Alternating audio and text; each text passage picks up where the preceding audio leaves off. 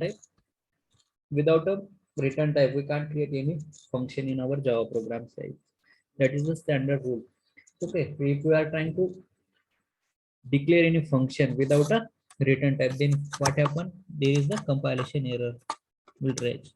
Okay, see, this part is a necessary. Okay, up to this return type, method name, then argument list is a optional, right? In a method overloading concept, right? How we can achieve the compile time polymorphism, guys, in Java programs? By using the concept of a method overloading, constructor overloading, and operator overloading. Polymorphism means one thing in a many form. Poly means mean, many, and forms means morphs means form. Okay, one object having a multiple forms. See, how can achieve the method overloading? Which things is checked by the compiler in method overloading, guys? Compiler will check the method signature. Okay, in method signature, which thing is method signature, guys? See, this is the method syntax.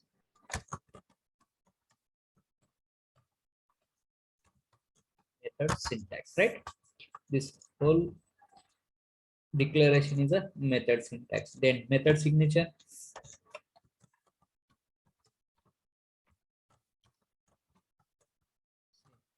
method signature, method name,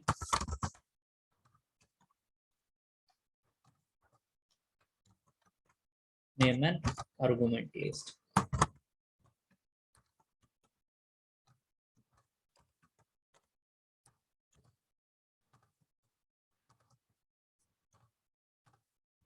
In method signature, only see the method name and argument list. This is part in method signature. In method overloading concept, compiler will check only the method signature about two functions, about two methods. Now, in that, compiler will check the name of the methods. Method name is same. Okay, good. Then it will check the argument list. How many arguments over there? So if the argument is same, then method duplication error is over there. Right? Then the argument list is different as compared to the previous. Then that is the method overloading concept. Same as it is about the constructor. How can I show the constructor overloading? Same name, different arguments. More than one constructor in a class with a different argument list. That is the constructor overloading. Plus operator is used to overload the overloading. Okay. So which kind of operation we can perform by using the plus operator? Addition of two numbers, then we can join a two string by using the plus operator, right? So that way we can achieve the compile time polymorphism in Java by using those concepts. Right now, today's topic is a method overriding concept, runtime polymorphism. Method overriding is the best example of a method, sorry, runtime polymorphism. Now, see what is the runtime polymorphism. The object determines, कब determines होता है? At the time of a, during the execution time.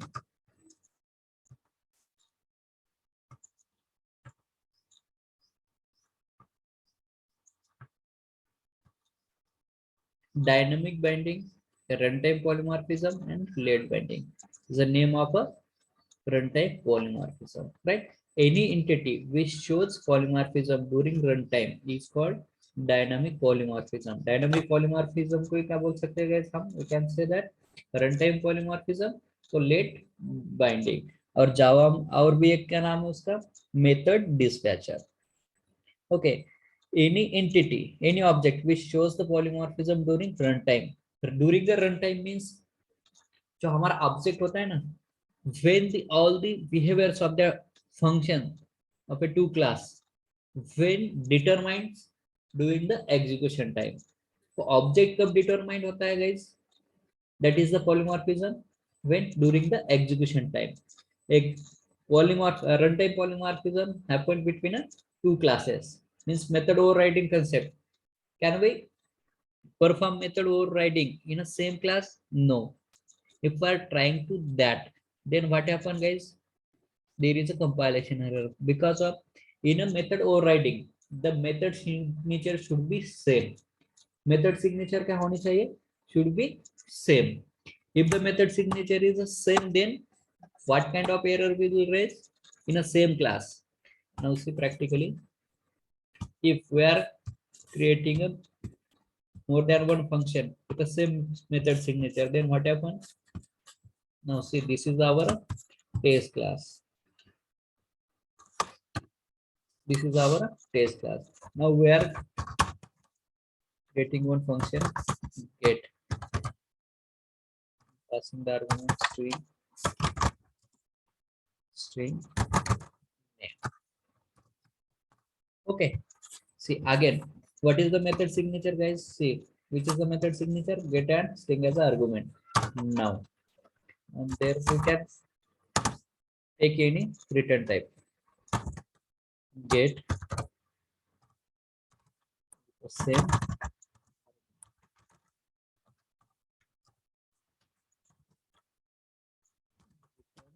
which value 0, because int is a return type. Now see what kind of error is there, guys? There is a compilation error. Why we have a compilation error in our test class? Say duplicate method, because both the functions with the same signature, both methods with the same signature. Method signature means method name and argument list. Both methods having the same argument and same name. Compiler will check these things, method signature, right? In a method overriding concept, which is same. This thing is the same, guys. Method signature is the same with a overridden method, right? Both are the same. Can we achieve in a same class? हम same class से achieve कर सकते हैं guys? Method overriding concept we can't achieve with the same class. अगर same class में अगर with the same method signature method declare करेंगे, हम बनाएंगे तो क्या होगा? Method duplicate करके error आएगी, right? तो हम method overloading, how we can achieve the method overriding concept in our Java program side? When the easier relation is there. अगर easier relation होगा, inheritance concept, सब क्लास और बेस क्लास रहेगा, inheritance हो रहा है, तो उस क्लास में हम पेरेंट एंड चाइल्ड क्लास में हम मेथड ओवरराइडिंग कांसेप्ट अचीव कर सकते हैं. सी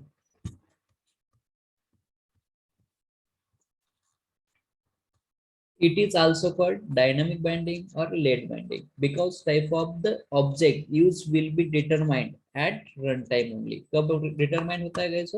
At the runtime. Okay, determine at the runtime only.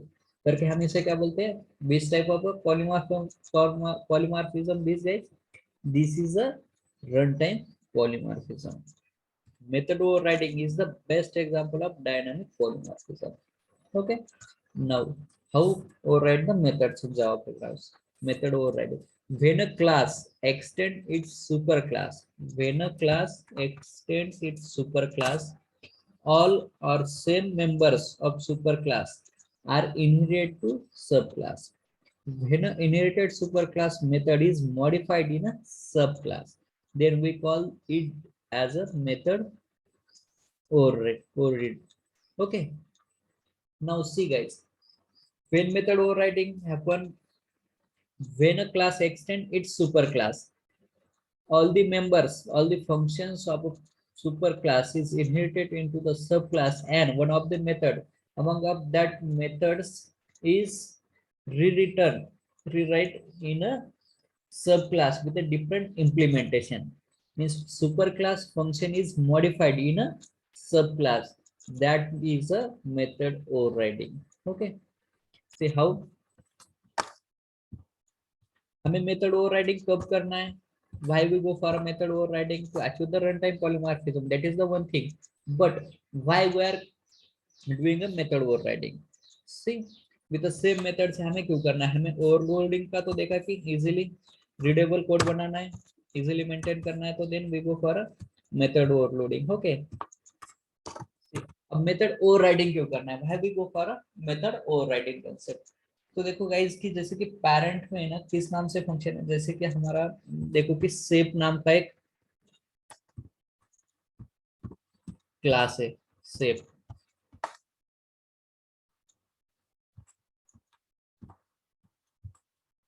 Save class है।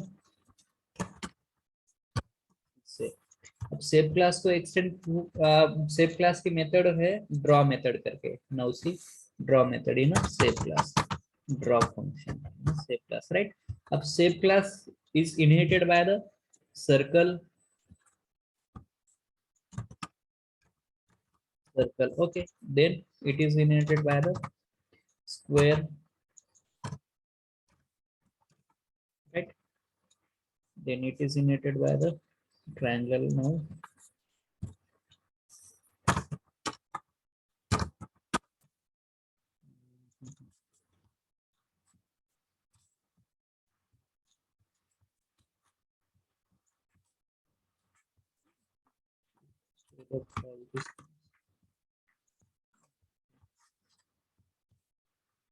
save class,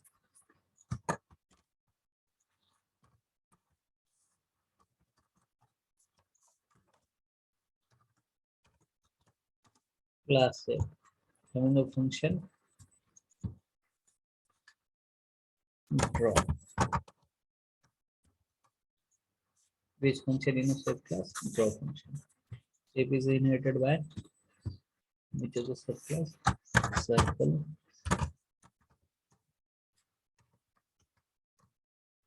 then square,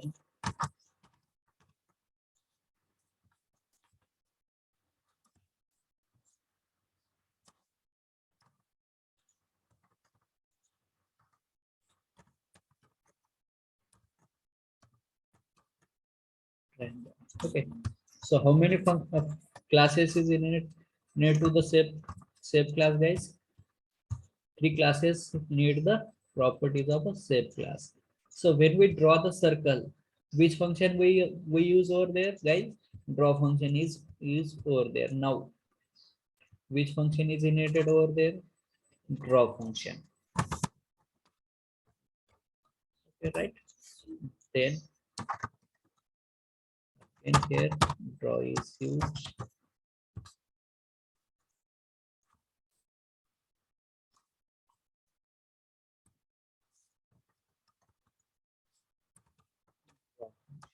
Right? See the concept of a method overriding. Circle class किसे extend कर रहा है गाइस?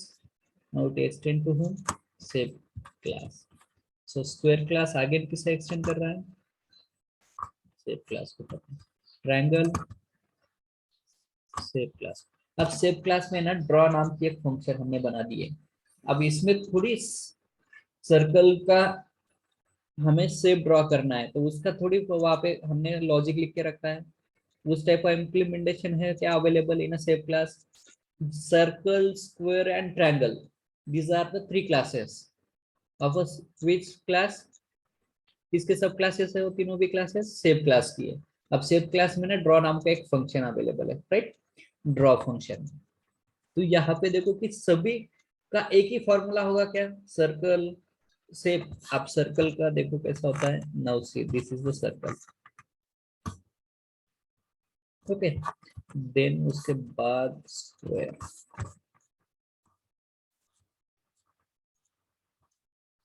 Okay, triangle.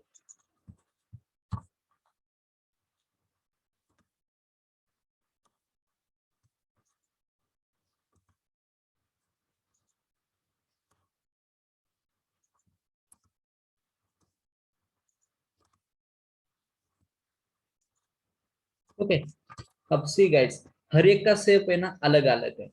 तो हर एक का शेप ड्रॉ करने के लिए इस जो ड्रॉ फंक्शन अवेलेबल है ना, where in a shape class draw function, shape class draw function. यहाँ पे लॉजिक लिखा है क्या सर्कल ड्रॉ करने का? यहाँ पे स्क्वायर का लॉजिक लिखा अवेलेबल है क्या? नहीं है. यहाँ पे ट्रायंगल का लॉजिक अवेलेबल है क्या with with this draw function? जो भी मतलब हर एक का शेप डिफरेंट है. डिफरेंट है ना, पेरेंट के साथ वो सेटिस्फाइड है क्या? Circle shape is satisfied with this draw function. Square draw function is satisfied with this. Means जो भी ना, उसके बाद अगेन एक होगी कि यहाँ पे एक फंक्शन ऐड कर देते हैं with in the circle area. area of a circle, then area of a square, area of triangle. हमने ज्योमेट्री में सीखा है ना कि सर्कल का एरिया कैलकुलेट करने का फॉर्मूला अलग होता है, स्क्वायर का एरिया कैलकुलेट करना है तो उसका फॉर्मूला अलग होता है, जैसे ट्रायंगल का फॉर्मूला एरिया कैलकुलेट करना है तो उसका फॉर्मूला अलग है। यहाँ पे देखो कि सारे शेप है ना, circle shape, square shape, triangle shape, rectangular shape, then hexagon, इन सभी का है ना शेप क्या होता है, डिफरेंट होता है। वो सारे एक तरीके के दिखते हैं क्या guys? They are looking same? सभी सेम नहीं दिखते हैं, नहीं। ओके, तो यहाँ पे हमारी सेम फंक्शन है, सेप सेप नाम की एक क्लास है, उसे सारे तीनों भी है ना एक इनहेरिट कर रहे हैं, एक्सटेंड कर रहे हैं। तो यहाँ पे देखो कि ड्रॉ फंक्शन है, ड्रॉ फंक्शन है ना, ड्रॉ करने के लिए सर्कल ड्रॉ करना है तो ड्रॉ करना है, स्क्वायर ड्रॉ करना है, ट्रायंगल ड्रॉ करना है, ड्रॉ करने का लॉजिक वहां पे इम्प्लीमेंटेड है। ओके, हमने ड्रॉ करने का लॉजिक कहाँ पे बना दिया है, ड्रॉ फंक्शन में।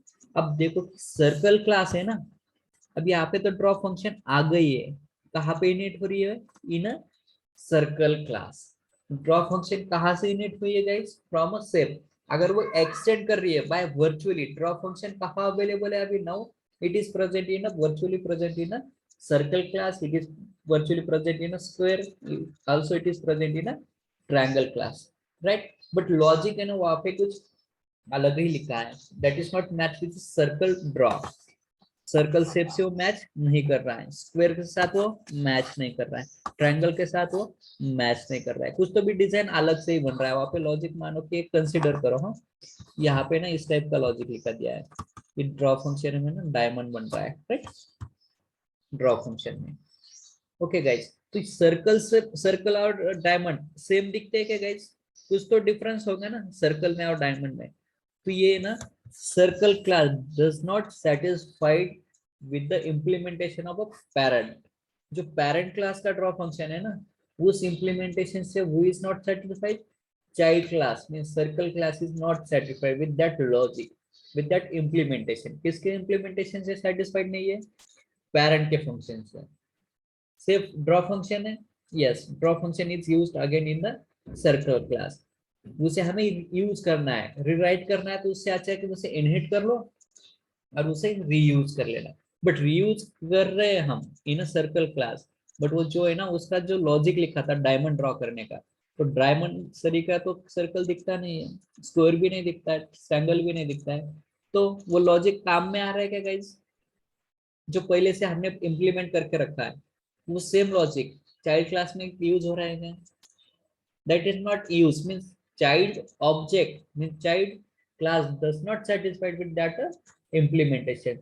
जो implementation हुआ है shape class के draw function का, उससे who is not satisfied, all these three classes is not satisfied, all these three subclasses of a shape class is not satisfied the implementation of a draw function। इस draw function से वो satisfied नहीं। इस draw function का logic किस तरीके से work कर रहा है, डायमंड ड्रॉ कर रहा है। यहाँ तो हमें सर्कल में डायमंड ड्रॉ नहीं करना है, यहाँ पे सर्कल ड्रॉ करना है इन सर्कल क्लास। स्क्वायर क्लास में हमें डायमंड नहीं बनाना है, यहाँ पे क्या बनाना है, हमें स्क्वायर ड्रॉ करना है। ट्रायंगल में क्या करना है गाइस, हमें क्या ड्रॉ करना है, ट्रायंगल ड्रॉ करना है। बट यहाँ पे उस फंक्शन से रियूजेबिलिटी करके हम क्या पा रहे हैं, what is the result of that draw function, drawing a diamond. वो क्या ड्रॉ कर रहा है, ड्रीवन डायमंड। डायमंड क्या कर रहा है, वो ड्रॉ कर रहा है। बट हमें सर्कल ड्रॉ करना है, स्क्वायर ड्रॉ करना है, ट्रायंगल ड्रॉ करना है। तो हम यहाँ पे क्या करेंगे, with the same function name, with the same method signature. Same method signature कहाँ यूज करेंगे, in a circle class. Same method signature होगी और इम्प्लीमेंटेशन जो उसका लॉजिक रहेगा, मेथड बॉडी, वो हम क्या करेंगे, चेंज कर देंगे, इट्स ओन मॉडिफिकेशन। अब चाइल्ड क्लास क्या करेंगे, सर्कल क्लास उसका खुद का मॉडिफिकेशन करेंगे with draw function. Draw function में क्या करेंगे, खुद का लॉजिक इंप्लीमेंट करेंगे, क्योंकि वो सेटिस्फाइड नहीं थी किसके इम्प्लीमेंटेशन से, पेरेंट क्लास फंक्शन से के इम्प्लीमेंटेशन से सेटिस्फाइड नहीं थी। ओके, उसको उसका खुद का इम्प्लीमेंटेशन करना था, खुद का लॉजिक इम्प्लीमेंट करना है, उसे जो भी एग्जिस्टिंग जो फंक्शन है हमारी पेरेंट क्लास की उसमें मॉडिफाई करना है। मॉडिफाई करना है तो सेम फंक्शन इनहेरिट हुई, same function name with the same function name means there we use a method signature, same method signature. अगर यहाँ पे जितने 2 आर्गुमेंट्स होंगे यहाँ पे भी हमें 2 आर्गुमेंट्स पास करने दो। नंबर ऑफ आर्गुमेंट्स चाहे कितने भी आर्गुमेंट्स हो यहाँ पेरेंट के फंक्शन के, उतने आर्गुमेंट्स हमें भी यहाँ पे यूज करने। मेथड सिंपल सा बोलना है तो method signature should be same in a method overriding. Method signature क्या होनी चाहिए हमारी, सेम होनी चाहिए।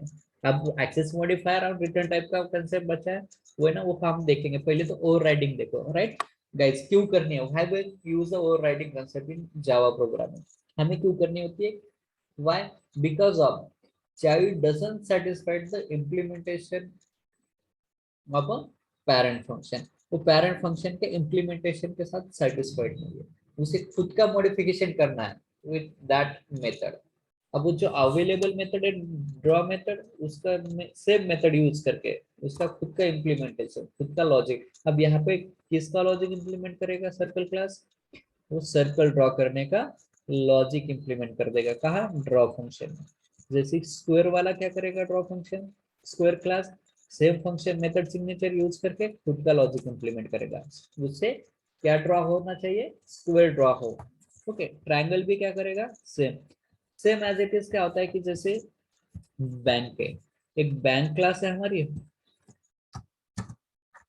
बैंक क्लास है, यहाँ पे ना एक इंटरेस्ट नाम का फंक्शन है, इंटरेस्ट रेट, हाँ, इंटरेस्ट, इंटरेस्ट नाम का एक फंक्शन है। चलो ठीक है, अब बैंक है, अब सब बैंक, जैसे कि मान लो यहाँ पे एसबीआई है, राइट, एसबीआई, उसके बाद मानो यहाँ पे ना हम एक्सिस बैंक कर रहे हैं, Axis bank, right, then HDFC,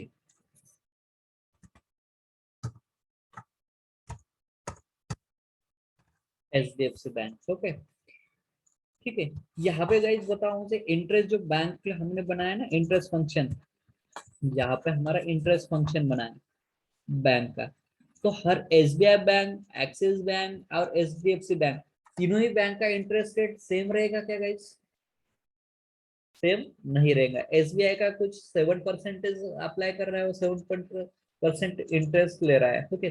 then axis bank का 8% रहेगा, एचडीएफसी बैंक का 9% रहेगा। But which function is used over there, interest function. हर एक मेथड में ना, हर एक बैंक में कौन सा फंक्शन वर्क कर रहा है, which task is perform over there, interest, okay. यहाँ पे भी यूज हो रही है, एक्सिस बैंक में भी हो रही है, एचडीएफसी में यूज हो रही है। किसका यूज कर रहे हैं हम, इनहेरिट कर रही है तो बैंक को इनहेरिट कर रहे हैं ना सभी बैंक। एसबीआई बैंक क्लास को इनहेरिट कर रही है, bank is a parent class of SBI, axis, okay, HDFC.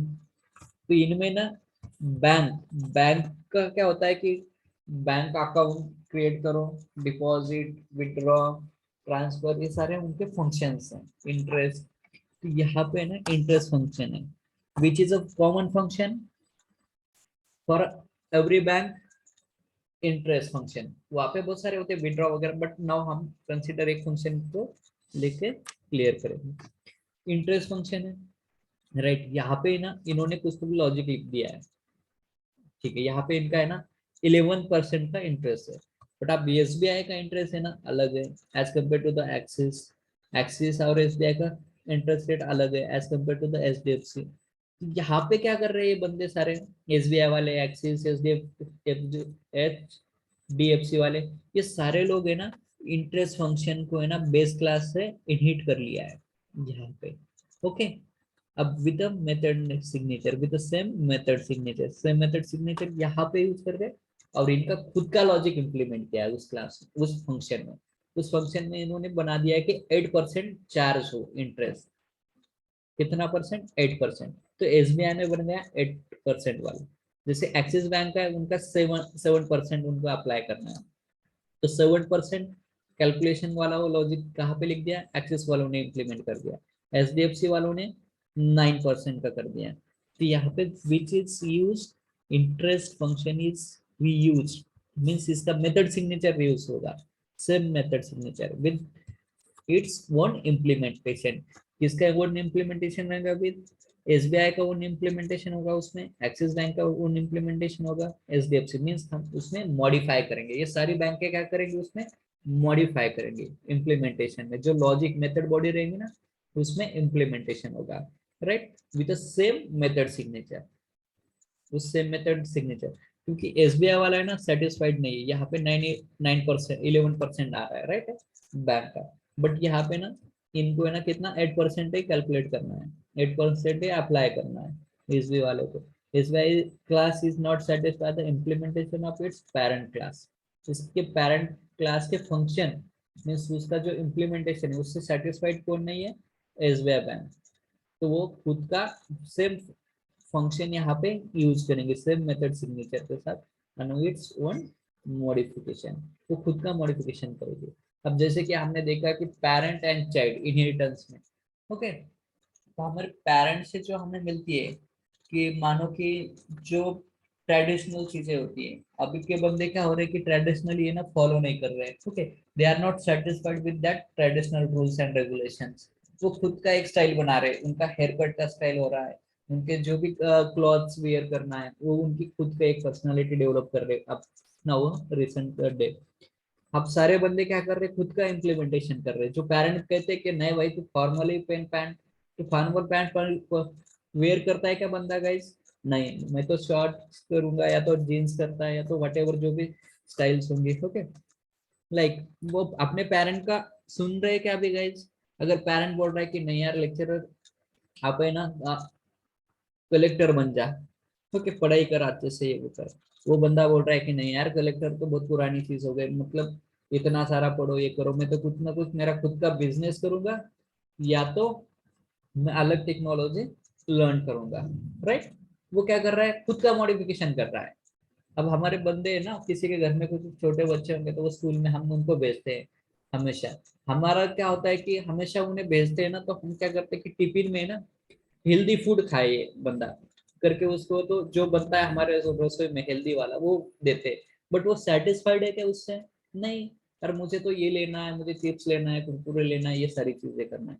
तो ईट फंक्शन फंक्शन जो था हमारा खुद का, वही क्या हो रहा है वहां पे? रीयूज हो रहा है, मतलब उसको विद डिफरेंट इम्प्लीमेंटेशन। वो डिफरेंट इम्प्लीमेंटेशन से क्या हो रहा है वहां पे? यूज हो रहा है। वो बंदा क्या कर रहा है? वो चिप्स या कुरकुरे खा रहा है, बट फंक्शन कौन सा है? ईटिंग फंक्शन है, राइट, ईट फंक्शन। तो समझ में आएगा इस ओवर राइडिंग क्यों करते हैं हम? मैं go for over riding. Yes sir. Parent के फंक्शन का जो इम्प्लीमेंटेशन होता है, उस इम्प्लीमेंटेशन से कौन सेटिस्फाइड नहीं होता है? Child object is not satisfied with that function, means parent function implementation. उसको उसका खुद का इम्प्लीमेंटेशन करवाना है। जैसे कि सेव क्लास है हमारी, यहाँ पे ड्रॉ फंक्शन बनी, ड्रॉ से तो डायमंड बन रहा है यार भाई, मुझे सर्कल बोल रहा है कि मुझे मेरा खुद का सेव ड्रॉ करना है सर्कल, तो वहां पे वो उसका खुद का ड्राइंग का इम्प्लीमेंटेशन करेगा ड्रॉ फंक्शन में। मेथड सिग्नेचर तो सेम यूज कर लेगा with their own implementation, right, वो उसके इम्प्लीमेंटेशन के साथ। यस पल्लवी। सर फिर पेरेंट्स के मेथड का यूज नहीं है, फिर उसको क्यों हम डिफाइन करें फिर? हाँ, redefine with the same method signature से हम क्यों करें? तो नाउ हाँ। मानो कि देखो कि हमारी सेव क्लास है या तो बैंक है, बैंक में हमें हमेशा पता होता है कि डिपॉजिट करना है, विड्रॉ करना है, ये तो कॉमन चीज है। जैसे कि इंटरेस्ट रेट, वो भी काम कॉमन है, ओके। या तो हम इजीली उसे रीड कर सके, रीडेबल, और मेंटेन कर सके। या आपने देखो कि कोई एप्लीकेशन हम डेवलप कर रहे हैं, हमने डेवलप कर दिया है, ओके, बहुत सारा एप्लीकेशन डेवलप कर दिया है, उसमें हमें क्या बोला कि न्यू रिक्वायरमेंट आई है, या तो डिलीवर होने के बाद न्यू रिक्वायरमेंट आई है। तो उन्होंने कर दिया है कि यार चलो जो आप कैलकुलेट कर रहे थे ना इंटरेस्ट, वो 7 से करवा रहे थे, पहला लॉजिक इंप्लीमेंट कर दिया था हमने इंटरेस्ट फंक्शन में, कैलकुलेटिंग द 11%, ओके। उसके बाद some changes, they want some changes in their application. जैसे कि आप एसबीआई वालों का क्या कहना है कि यार हमारे यहाँ पे ना 11 से ना कोई बंदा है ना इंटरेस्ट मतलब लोन लेता ही नहीं है, तो हमें उसमें मॉडिफाई करके होना है, राइट। अब जो फंक्शन है हमारा सारा का सारा एप्लीकेशन हमने डेवलप करके दिया है, उसमें सारा चेंज करेंगे क्या हम, इंटरेस्ट सेम फंक्शन हमने क्या कर देना है, बस उसका एक मॉडिफाई। नया सब क्लास बनाना है, उसे वहां पे रीयूज कर देना है, मीन्स विद मेथड से वही नाम रहेगा, उसका लॉजिक क्या कर देंगे हम, जो भी नई रिक्वायरमेंट है उसके हिसाब से हम उसमें इम्प्लीमेंट कर लेंगे, राइट। जैसे कि सेव की ड्रॉ फंक्शन थी, सर्कल बोल रहा है कि यार मुझे है ना मेरा सर्कल का जैसे कि एरिया पे डिपेंड है, कितना बड़ा ड्रॉ करना है, कितना साइज का बनाना है, तो मतलब बहुत सारी चीजें आती है उसमें, बट हम ओनली हम देख रहे हैं कि ओवर राइटिंग कंसेप्ट कब यूज करना है, क्यों करना है, and why we are going for a method of overriding concept method। समझ में आया क्या कि इजीली हमें पता चला जाएगा कि कंफ्यूज नहीं होंगे ना, मोर देन मल्टीपल फंक्शन, जैसे कि हमने बैंक का इंटरेस्ट फंक्शन है, एसबीआई वालों ने नया कोई फंक्शन बना दिया है, देखो कि आप कितना इजी जा रहा है, इजीली हम अंडरस्टैंड हो जा रहे हैं। देखो जैसे कोई भी बैंक में गए तो हमें पता है और विड्रॉ करके होता है, डिपॉजिट करके होता है, एक इंटरेस्ट का भी होता है, ओके। मीन सिंपल है ना। अब हर एक बैंक में कैशियर कैशियर कैशियर हमें पता है, कैशियर से हम विड्रॉ कर सकते हैं, ओके। डिपॉजिट भी करना है तो वहाँ पे कैशियर काउंटर पे जाओ। ये क्या हुई, हर एक बैंक का है ना कॉमन फंक्शन हुआ विद देयर ओन इम्प्लीमेंटेशन, वो खुद के इम्प्लीमेंटेशन होते हैं। जैसे कि हम एटीएम यूज करते हैं, एटीएम मशीन से ड्रॉ करने विड्रॉ करने के लिए, तो हर एटीएम मशीन का विड्रॉ फंक्शन वो उसके हिसाब से काम करता है। जैसे कि हमारा एटीएम होगा, करंट अकाउंट एटीएम होगा, उसका सेविंग होगा, ओके। इनके क्या है, लिमिटेशंस है, but which is a common function, withdraw function है। अब उसके लिमिटेशन से 10,000 ही आप विड्रॉ कर सकते हो या तो 20,000 विड्रॉ कर सकते हो। ये सारा क्या हुआ, उनका खुद का मॉडिफिकेशन हुआ, but more functions with different names बना के लॉजिक इंप्लीमेंट करो। अब समझ में आ रहा है ना, सिंपल सा कि बैंक में जाओ तो हमें कैशियर काउंटर पे ही जाना होता है, विड्रॉ या तो डिपॉजिट करना, सिंपल से हमें पता चल जाए, ओके। तो कंफ्यूजन ना बढ़े, इजीली हम उसे रीड करें, मतलब इजीली हम उसे अंडरस्टैंड कर सके। हर एक बैंक है, कितनी भी सारी बैंक है, बहुत सारी बैंक है, तो सारी बैंकों का क्या होता है, हमेशा हर जगह पे डिपॉजिट विड्रॉ का ही काम होता है, कैशियर काउंटर है, विड्रॉ डिपॉजिट, ओके। उसके बाद इंटरेस्ट क्या होता है, इंटरेस्ट तो वेरी करेगा लोन के टाइप के हिसाब से, ओके। ओवरराइडिंग कंसेप्ट समझ में आ गए आप लोगों को। Now see what are the rules to override a methods in Java programs. देखो कि ओवरराइडिंग, अब इसमें when a class extend super class, एक सुपर क्लास को अगर एक्सटेंड कर रहा है, अब उसके सारे मेंबर्स क्या होते हैं, जो कि विजिबिलिटी लेवल एक्सेस लेवल जो जिसका विजिबिलिटी मोड लेस रेस्ट्रिक्ट रहेगा, तो वो सारे क्या मेथड हो गया, जो भी फंक्शंस रहेंगे वो इनिट हो जाएंगे, अगर प्राइवेट है तो इनिट नहीं होगा। Members of a superclass inherited to subclass. When a inherited superclass method is modified in a subclass. अब जो inherited method है उसमें modify कर रहे, अगर modify नहीं कर रहे तो वहाँ पे physically available means present होता है कि इन सब क्लास, physically नहीं होता है present, virtually रहेगा वो। अगर हमें modify करना है तो same method name same method signature से हमें वहाँ पे उसे implement करना होगा, right? We can modify superclass method according to requirement of a subclass. Now see guys, देखो कि method overriding, we can modify superclass method according to requirement of a subclass। जो भी subclass की requirement होगी उस हिसाब से हमें मेथड को implement करना है। To achieve the method overriding concept, we require two Java classes with inheritance relationship. How can achieve the overriding concept? Biology में टू क्लासेस, ये रिलेशनशिप होना जरूरी है, ओके।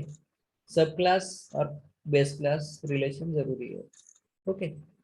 अगर हम नॉन सब क्लास, देखो कि यहाँ पे हमने देखा है कि नॉन सब क्लास सेम क्लास से है तो हम अचीव नहीं कर सकते मेथड ओवरराइडिंग, वहाँ पे डुप्लीकेट मेथड करके एरर आएगी। अगर नॉन सब क्लास है, सब क्लास एंड नॉन सब क्लास क्या होता है, देखो कि जैसे कि आप यहाँ पे है ना हमने बना दिए in our P2 package there we use over the page class यहाँ पे बना दिया है। Now see here is the project explorer, that's 16 P2। अब P2 में एक ही क्लास है, तो यहाँ पे ना नया एक क्लास बना देते हैं। Right click on package name, new class, name demo, या फिर डेमो नाम की क्लास बना दी। Now in P2 package how many classes over there guys, कितने क्लासेस है हमारे पैकेज P2 में? Test and demo, there is a two classes होते हैं, दो ही क्लास है। तो यहाँ पे demo is a sub class of a test class, demo sub test class की सब क्लास है क्या guys? Yes yes Aishwarya? No sir. No. अब डेमो क्लास है ना, टेस्ट क्लास की सब क्लास नहीं है, बिकॉज यहाँ पे हमने एक्सटेंड कीवर्ड लगाया नहीं है। अगर हम एक्सटेंड लगा देते हैं, एक्सटेंड्स टेस्ट, तो आप क्या हुए? Demo is a sub class of which? Test class. Test class की वो सब क्लास हुई, चाइल्ड क्लास बोलो, सब क्लास बोलो, या तो क्या बोलते हैं और गाइस? चाइल्ड, सब एंड डिराइव्ड क्लास। तो डेमो सब क्लास हुई आप किसकी? टेस्ट क्लास की। राइट, यहाँ से नीचे हटा देते हैं। आप देखो यहाँ पे टेस्ट क्लास में कौन सा फंक्शन अवेलेबल है? गेट नाम से फंक्शन अवेलेबल है। राइट, अब डेमो क्लास में कोई फंक्शन है क्या? कोई member is available in demo class और देयर गाइस? यहाँ पे कोई मेंबर्स अवेलेबल नहीं है। यहाँ पे बाय डिफॉल्ट भी अवेलेबल हो रहे हैं क्या कोई मेंबर? नहीं हो रहे, क्योंकि यहाँ पे इनहेरिटेंस लगाया ही नहीं है, एक्सटेंड कीवर्ड लगाया नहीं, तो वो यहाँ पे इनहेरिट होगी क्या कैसे कोई प्रॉपर्टी गाइस?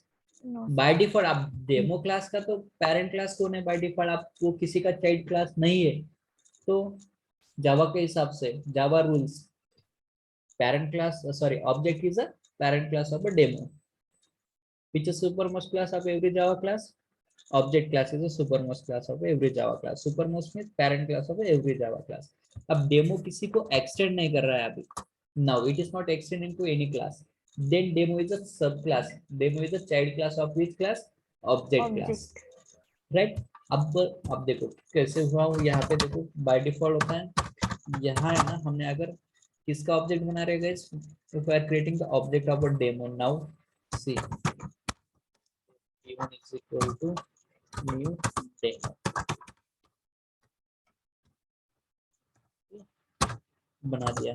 अब डेमो में तो कोई फंक्शन नहीं है, तो या तो किसी को एक्सटेंड नहीं कर रहा है, तो वहाँ पे किसी के भी मेंबर्स नहीं कॉल हो रहे। बट अब डेमो किसका है ना, सब क्लास है बाय डिफॉल्ट इन जावा में, कुछ ऑब्जेक्ट क्लास का है, तो ऑब्जेक्ट के जो भी फंक्शंस होंगे वो सारे यहाँ पे हम कॉल कर सकते हैं। Okay good. अब देखो यहाँ पे ना डेमो अगर किसे एक्सटेंड कर रहा है, एक्सटेंड, अब किसे एक्सटेंड कर रहा है वो गाइस? टेस्ट क्लास को एक्सटेंड कर रहा है, राइट? ओके, अब वो किसे एक्सटेंड कर रहा है गाइस? टेस्ट क्लास को। तो अब डेमो क्लास किसका सब क्लास बना guys? Now which is the parent class of a demo? Which class is the parent class? Demo test. Class का टेस्ट क्लास है ना पेरेंट क्लास बना। अब ऑब्जेक्ट क्लास उसका पेरेंट हुआ क्या अभी? नहीं, क्योंकि अब है ना टेस्ट क्लास किसी को एक्सटेंड कर रहा है क्या guys? Extend to whom any class, किसी को एक्सटेंड कर रहा है? किसी को नहीं कर रहा। मींस इसका पेरेंट क्लास कौन बना? वो is the parent of test, object class is object. The parent class of test. Obviously object class के सारे मेंबर्स कहाँ रहेंगे? हो गया, आप इनिट कर रहा है वो वर्चुअली मींस बाय डिफॉल्ट, तो इन अ टेस्ट क्लास सारे ऑब्जेक्ट क्लास के मेंबर्स कहाँ पे अभी? Now in a test class. अब टेस्ट क्लास को कौन एक्सटेंड कर रहा है? डेमो कर रहा है। तो डेमो में ना टेस्ट क्लास के खुद के मेंबर्स, देन उसके किसके मेंबर्स है यहाँ पे अभी? ऑब्जेक्ट क्लास के मेंबर्स है। ऑब्जेक्ट क्लास भी मेंबर है ना, क्योंकि वो किसी को फिजिकली मींस वो किसी को एक्सटेंड नहीं कर रहा है, तो बाय डिफॉल्ट कौन हुआ? Object is a parent. वो सारे members test and object class members is inherited in a demo class. Demo class में इनहेरिट हो रहे हो? यस। तो किस लेवल, कौन सा टाइप का, which type of that inheritance, किस टाइप का इनहेरिटेंस का वो? Multi level inheritance. ऑब्जेक्ट, उसके बाद टेस्ट, टेस्ट के बाद डेमो, राइट? यहाँ पे भी हम हिट करेंगे, अगर डॉट कर दो तो ये देखो सारे ऑब्जेक्ट क्लास के भी क्या हो रहे हैं यहाँ पे? मेंबर्स, फंक्शंस कॉल हो रहे हैं एज वेल, उसके बाद टेस्ट क्लास का भी जो गेट फंक्शन है वो भी एक्सेस हो रहा है। वो क्यों हो रहा है कि डेमो से एक्सटेंड कर रहा है। ओके, वो तो आएगा। अब टेस्ट किसे एक्सटेंड कर रहा है बाय डिफॉल्ट? ऑब्जेक्ट को कर रहा है, ऑब्जेक्ट के भी मेंबर आएंगे through the multi level inheritance. Multi level inheritance होगा वहाँ पे, उसके थ्रू यहाँ पे मेंबरशिप में एक्सेस होगा, राइट। ठीक है, अब हमें तो देखना था ओवरराइडिंग कंसेप्ट। अब नॉन सब क्लास में देखो कि यहाँ पे हमें एक्सटेंड तो नहीं कर रही है क्लास, पर देखो टेस्ट क्लास में जो भी फंक्शन बनाया ना हम इसे कॉपी कर लेते हैं। कॉपी डेमो में पेस्ट कर देते हैं, माउस से यहाँ पे कर दिया। चलो रिटर्न टाइप है ना, फिर जरूरी नहीं कि सेम रिटर्न टाइप रखते मेथड, राइट। अब देखो कि टेस्ट क्लास में भी हमने बना दिया है गेट फंक्शन, डेमो में भी same function method signature use कर रहे हैं। तो अब ये मेथड ओवरराइडिंग हुआ क्या गाइस? अभी ये मेथड ओवरराइडिंग नहीं हुआ because there is no relation among between the demo and test. उन दोनों ही क्लास में there is any relation between the demo and test? No relation, both are the non sub classes of each other. वो sub है ना, वो है ना नॉन सब क्लास है ना, तो चाइल्ड है कोई ना तो पेरेंट है कोई, राइट। कोई भी रिलेशन नहीं, बट एक ही रिलेशन है कि वो किस पैकेज में आ रहे हैं, P2 पैकेज में, सेम पैकेज में आ रहे हैं, यानी ना under the same project. Same project batch 16 में आ रहा है, उसका सब पैकेज क्या है? पैकेज में ना folder, it is a collection of classes and interfaces. Package किसका कलेक्शन होता है guys? It is that is the collection of classes and interfaces. जैसे कि प्रो, ओके, एक कलेक्शन होता है। यहाँ पे अभी मेथड ओवरराइडिंग कंसेप्ट हो रहा है क्या गाइस? नहीं हो रहा है, क्योंकि ओवरराइडिंग करना है तो आपको क्या करना होगा? एक्सटेंड करना होगा।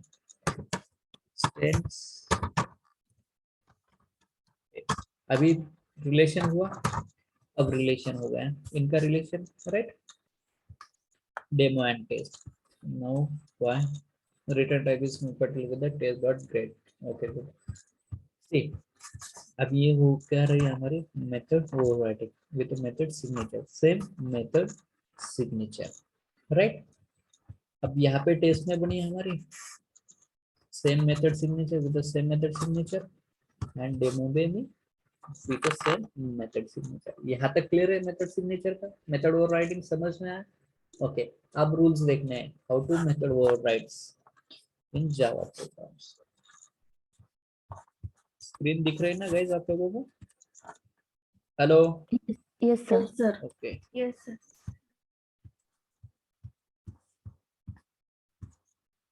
देखो, method implementation already present in parent class,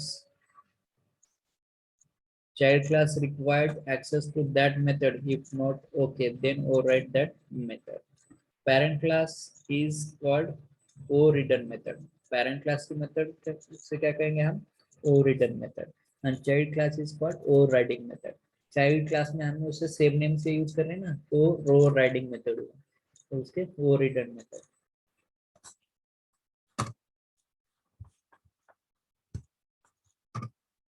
use of Java method overriding। Method overriding is used to provide the specific implementation of a method which is already provided by its superclass। Method overriding is used to provide the specific implementation. जैसे कि specific implementation child class में हमें modify करना है, then अब method which is already defined है, already implemented है, तो उसे हम सब क्लास में मॉडिफाई करेंगे। Method overriding is used for run time polymorphism. Okay, then rules for Java method overriding. Name of the overridden method must be same as in the super class। जो भी super class में name रहेगा same method name. You can't change name of the method in sub class. सब class में हम उसे change करेंगे क्या गाइस? हम उसे चेंज नहीं करना है, सेम मेथड नेम यूज करना है। देन रिटर्न टाइप, अब जो रिटर्न टाइप होता है ना मेथड का, overrided method, the return type of a overrided method must be compatible with super class method. जैसे कि सुपर क्लास मेथड में जो है रिटर्न टाइप, वो सेम कहाँ पे होना चाहिए? सब क्लास में, या तो in which order guys? In a decreasing order. तो किस ऑर्डर में होना चाहिए? In a decreasing order. Okay, वो उसके बारे में कोवेरिएंट टाइप में आता है, वो देखेंगे। बिफोर द जेडीके 5 मीन्स जो भी Java version first second fourth, इसमें ना same method return type and method signature, same method name method return type same होना था मेथड ओवरराइडिंग में। But now after the JDK 5 and 5, तो वहां से क्या हुआ है कि हम कोवेरिएंट कंसेप्ट यूज कर सकते हैं, return type covariant, return covariant concept. तो कोवेरिएंट कंसेप्ट में क्या होता है कि वहां पे अगर इंटीजर यूज कर रहे हो तो इंटीजर से लेस लगाओ या तो सेम रखो, वो देखेंगे हम covariant. Then visibility of overrided method, keep same visibility और increase the visibility of overridden method, but you can't reduce the visibility of overridden method in a सब क्लास। जैसे कि पेरेंट क्लास की विजिबिलिटी मोड है, visibility level, access level, जैसे कि वहां पे पब्लिक है पेरेंट में, तो चाइल्ड में अगर हम उसे ओवरराइड कर रहे हैं तो पब्लिक रखो। ओके, या तो उसे इंक्रीजिंग लेवल, आप पब्लिक से तो कोई एक्सेस लेवल नहीं है ग्रेटर, तो वहां पे देखो हम पब्लिक यूज कर रहे हैं पेरेंट में, यहाँ भी पेरेंट में चाइल्ड में पब्लिक यूज करो। अगर वहां पे डिफॉल्ट यूज कर रहे हैं हम पेरेंट में तो एक्सेस लेवल, तो चाइल्ड का भी फंक्शन का एक्सेस लेवल क्या होना चाहिए, डिफॉल्ट रखो, यहाँ तो इंक्रीजिंग ऑर्डर, डिफॉल्ट से बड़ा क्या है, पब्लिक है, प्रोटेक्टेड है, तो हम उस टाइप का हम यूज कर सकते हैं। visibility goes on decreasing from public to protected to default to private members। okay, visibility goes on decreasing, decreasing कैसे होती है, from public to protected, public सबसे बड़ा, उससे decreasing order, protected, protected से default, default से private। ओके, तो समझ में आएगा इस बार। See guys this line, visibility goes on decreasing from public to protected, protected to default, default to private। okay, see.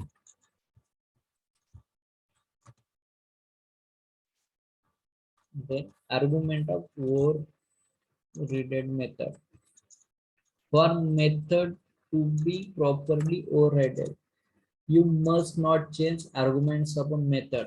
हम आर्गुमेंट चेंज कर सकते हैं क्या guys, argument of a method in sub class, सब क्लास में हम उस method पे आर्गुमेंट चेंज नहीं कर सकते।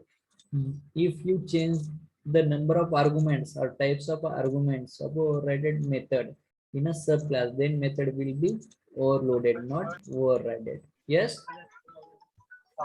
okay, see then this is the, that is the questions, we'll see later। Rules क्या है हमारे गाइस रिगार्डिंग टू जावा, जैसे कि अभी जावा का है ना एडिशन वगैरह वो बाद में देखेंगे। नाउ सी, अब ओवरराइडिंग अगर करना है सेम टेस्ट में है ना, चलो ठीक है, यहाँ पे है ना पहला रूल तो देखो, पब्लिक इंट गेट प्रॉपर चीज, सिंटैक्स से मेथड बनी है हमारी get function, JDK first version में देखो अभी हम कि पब्लिक इन गेट स्ट्रीम, जैसा भी सिंटैक्स बना है, जिस वे से हम इसे क्रिएट किया है, इसमें एक्सेस लेवल यूज किया है, रिटर्न टाइप यूज किया है, मेथड नेम है, आर्गुमेंट है, राइट है, एक आर्गुमेंट है, स्ट्रिंग टाइप है, मेथड नेम गेट है, रिटर्न टाइप क्या है इसका, int, then access level is the public. As it is same method उठाओ, डेमो में आओ, डेमो में इसमें विद अ डिफरेंट इम्प्लीमेंटेशन, यहाँ पे ना कुछ लॉजिक लिखाएंगे ना तो डिफरेंट इम्प्लीमेंटेशन, वहाँ पे मॉडिफाइड लॉजिक रहेगा। तो यहाँ पे देखो सी गाइस, यहाँ पे एक एरो दिखा रहा है, तो इसका मीनिंग होता है कि वो writes p2 test dot get, वो राइट हो रही है मेथड। ओके, हमने यहाँ पे वो राइट किया है मेथड वो राइट। सेम मेथड कहाँ अवेलेबल है, यहाँ पर, यहाँ पे हम क्लिक करेंगे तो यहाँ पे टेस्ट क्लास में लेके आएगा, राइट, तो डेमो क्लास में ओवरराइड हो रही है मेथड। देखो कि यहाँ पे ना हमने एक्सेस लेवल भी सेम रखा है as it is test class में जो था, रिटर्न टाइप भी हमने सेम रख दिया है, उसके बाद मेथड सिग्नेचर भी सेम रख दिया है। यहाँ तक क्लियर है आप लोगों का, ओवरराइडिंग हो रही है with the same method syntax, same method syntax हो रहा है, एक्सेस मॉडिफायर भी सेम यूज किया है, रिटर्न टाइप भी सेम यूज कर दिया है, मेथड नेम भी हुआ है, आर्गुमेंट यूज भी, कुछ भी चेंज नहीं किया। ओके, यहाँ तक क्लियर है, और राइट, बस चेंजेस कहाँ होंगे, इम्प्लीमेंटेशन, मेथड बॉडी में चेंज करेंगे। अब यहाँ तक ठीक है, overriding exactly same function is remodified in sub class. यहाँ तक हम आ गए। यहाँ पे हमने लिख दिया था लॉजिक, चलो यहाँ पे हम क्या प्रिंट करवा रहे हैं, यहाँ से हमने print कर दिया इसके function. Now in a demo print करते हैं।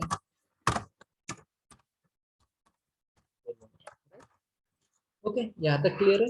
अभी देखो कि वर्जन 5 तक क्या था कि हमें ना रिटर्न टाइप, पहले तो एक्सेस लेवल के बारे में देखें। अब देखो कि पब्लिक एक्सेस मॉडिफायर हमने एक्सेस लेवल रखा है, तो डेमो बेस में आप ओवरराइड कर रहे हो ना उसे, तो पब्लिक ही रखो। ओके सेम, या तो इससे बड़ा कोई एक्सेस लेवल होगा तो वो रखो। नाउ पब्लिक से तो कोई बड़ा नहीं अभी, नाउ तो पब्लिक हमने रख दिया। अब देखना है कि यहाँ पे ना इसे हटा देते हैं, यहाँ पे हमने वॉइड कर दिया, सॉरी डिफॉल्ट कर दिया। अब यहाँ पे अगर एक्सेस मॉडिफायर नहीं यूज कर रहे, एक्सेस लेवल हमने लिखा है यहाँ पे, there is where taken any access modifier, हमने कोई भी ऐड एक्सेस मॉडिफायर यूज नहीं किया, तो उसका मतलब होता है जावा में डिफॉल्ट एक्सेस मॉडिफायर रहेगा, which access level is access level of a get function. Get function के लिए क्या रहेगा, डिफॉल्ट रहेगा। तो डिफॉल्ट कहाँ कहाँ एक्सेस कर सकते हैं गाइस हम हमारे प्रोजेक्ट में। प्रोजेक्ट के क्या होते हैं कि डिफरेंट पैकेजेस होते हैं, तो how many packages in our project? There is a two package, P1 and P2. Okay, we have two package. अब P2 में ना दो क्लास है और P1 में कितने क्लास है? There is a 5 classes in a P1 and P2 में कितने क्लास है? 2 classes. तो अभी डिफॉल्ट बंदा है ना, डिफॉल्ट गेट फंक्शन, अभी डिफॉल्ट गेट फंक्शन है कहाँ पे यूज होंगी? ये जो पैकेज P2 है ना, P2 के डेमो में भी यूज हो सकती है और टेस्ट में भी यूज हो सकती है। वो P2 के क्लास में यूज हो सकती है, P2 के क्लासेस हो या इंटरफेसेस हो। ओके, उसमें उसका क्या होगा, यूज होगा, एक्सेस मिलेगा उसको। Can we use that get default function in P2 classes, sorry P1 package के क्लास में यूज कर सकेंगे क्या गाइस हम उसे, outside the current package? P2 में बना दिया है हमने, उसके बाहर के पैकेज में यूज कर सकते हैं उसे? नहीं कर सकते, राइट। एक्सेस लेवल कहाँ तक है उसके, with in a same package, उस सेम पैकेज की कोई चाहे कोई भी क्लास हो उसमें हम उसे यूज कर सकते हैं, सब क्लास हो या नॉन सब क्लास हो, राइट। यहाँ तक क्लियर है आप लोगों का? Yes sir. ओके, इसका एक्सेस लेवल कहाँ तक है डिफॉल्ट गेट फंक्शन का? With in a same package. Okay, अब यहाँ पे डेमो बना दिया। अब यहाँ पे ना, यहाँ पे हमें कुछ जरूरत नहीं, पहला रूल क्या हमारा, एक्सेस लेवल सेम रखो, सेम बना दिया हमने। टेस्ट में भी डिफॉल्ट था, डेमो में भी हमने क्या कर दिया, इन डेमो तो सेम एक्सेस लेवल डिफॉल्ट कर दिया। तो यहाँ पे हम सब क्लास में वेज चेंजेस वोइड डू, कौन कौन से चेंजेस कर सकते हैं यहाँ पे? यहाँ तो एक प्रोटेक्टेड, डिफॉल्ट से बड़ा क्या है, protected, which access level is a greater than default, protected। तो यहाँ पे लगा सकते हैं, यस लगा दिया। कोई एरर आ रही है? नहीं आ रही है। ओके, बिकॉज इसका एक्सेस लेवल कहाँ तक होता है प्रोटेक्टेड का, बिकॉज सेम पैकेज की क्लास में हो सकता है, होता है। उसके बाद डिफरेंट पैकेज, अब डिफरेंट पैकेज की कोई भी क्लास है ना, वो सब क्लास होनी चाहिए किसकी, P2 की। ओके, हम डिफरेंट पैकेज के सब क्लास में भी उसे यूज कर सकते हैं। तो इससे क्या मत पता चलता है guys, from that we know the access level of a protected access level, yes surely it is greater, its access level greater than the default, तो वो वहाँ पे यूज हो सकती है। किस सीक्वेंस पे रखना है गाइस हमें access modifier, the method overriding increasing order, increasing order. would be in a increasing order, same या तो in a increasing order।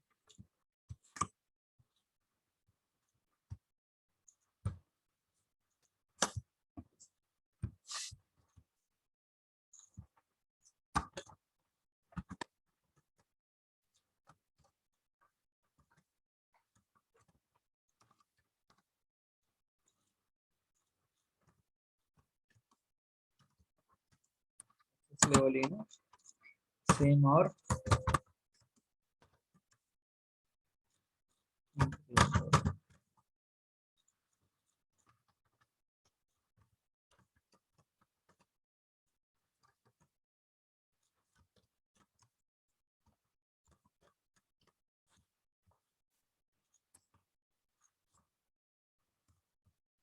Okay.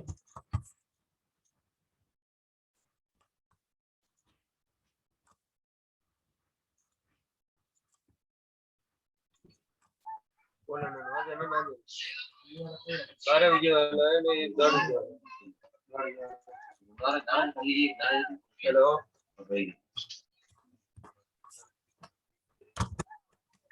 और एक चेक करके बोल देता हूँ आपको Writing करने का ट्राई कर रहा था access level. Method overriding access level in same or increasing order.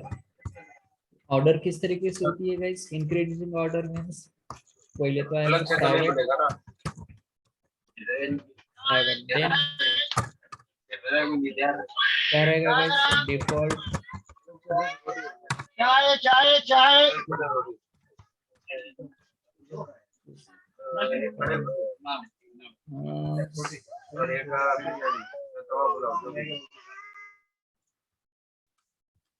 okay, private default, then protected और उसके बाद होता है see, इस ऑर्डर में होना चाहिए increasing order, private to default, default to protected, protected to public. ठीक है, यहाँ पे हमने बनाया है जो हमारा प्रोग्राम बना दिया, उस प्रोग्राम में हमने क्या कर दिया है, टेस्ट क्लास का गेट फंक्शन है वो डिफॉल्ट रख दिया, default to protected, protected to public कर सकते हैं, default to default same, same level, yes same level रख सकते हैं, यहाँ पे बना दिया सेम लेवल में हम रख सकते हैं कि वो राइटिंग मेथड का एक्सेस लेवल यस सेम रख सकते हैं, उससे इंक्रीजिंग, डिफॉल्ट से इंक्रीजिंग है, प्रोटेक्टेड पब्लिक भी है, यस पब्लिक भी हम सेट कर सकते हैं, no problem no issue. Method override हो रही है, यस मेथड ओवरराइड हो रही है कि नहीं है, ये यहाँ पे ग्रीन सिग्नल आ जाता है, राइट ग्रीन आ रहा है। ओके, अब यहाँ पे अगर हम प्राइवेट लगा देते हैं तो अब होगी क्या मेथड ओवरराइडिंग, मेथड ओवरराइड होगी नहीं होगी, because access level can not reduce the visibility of the inherited method from test, तो इसकी हम विजिबिलिटी हम रिड्यूस नहीं कर सकते, always it is in increasing order, वो किस में होना चाहिए, एक तो सेम रखो या तो it is in increasing order, या तो उसे इंक्रीजिंग ऑर्डर में डिक्लेयर करो, राइट क्रिएट करो, यहाँ पे होगा अबाउट एक्सेस लेवल का क्लियर हुआ मेथड ओवरराइडिंग में। ओके यस, अब देखेंगे रिटर्न टाइप, अब जैसे कि रिटर्न टाइप यहाँ पे क्या है गाइस, इंटीजर है, इंट करके, तो यहाँ पे एक तो इंट रखो सेम, या तो it is in decreasing order, जैसे कि इससे है ना कैरेक्टर यूज कर रहे हैं,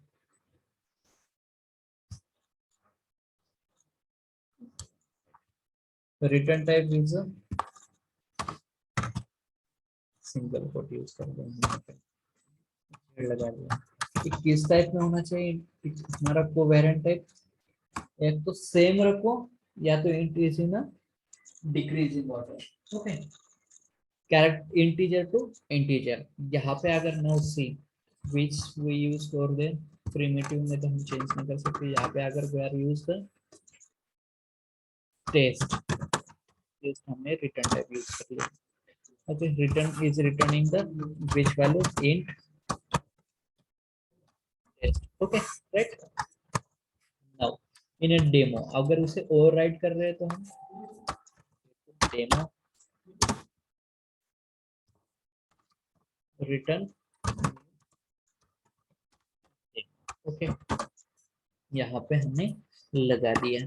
नाउ सी गाइस, तो यहाँ पे देखो पेरेंट क्लास थी हमारी, पेरेंट क्लास का रिटर्न टाइप क्या है, test is a return type, अब ये सेम लेवल पे भी हम रख सकते इन डेमो, या तो एक सेम लेवल पे रखो, इसका रिटर्न टाइप सेम बनाओ टेस्ट, ओके टेस्ट बन रहा है, is there any error guys? No, same level पे आ गया।